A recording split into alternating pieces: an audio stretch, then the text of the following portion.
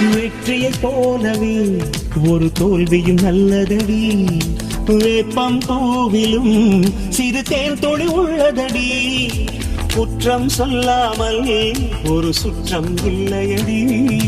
இளையும் புன்னகையால் நீரிட்டுக்கு வெள்ளையடி. தவறுகள் பண்ணி பண்ணி திருந்திய பிறகுதான் நாகரிகம் பிறந்ததடி. தவறுகள் குற்றமல்ல, சரிவுகள் வீழ்ச்சியல்ல, பாடம்படி பவள கொடி. உள்ளம் என்பது கவலைகள் நிரப்பும் குப்பை தொட்டி இல்லை.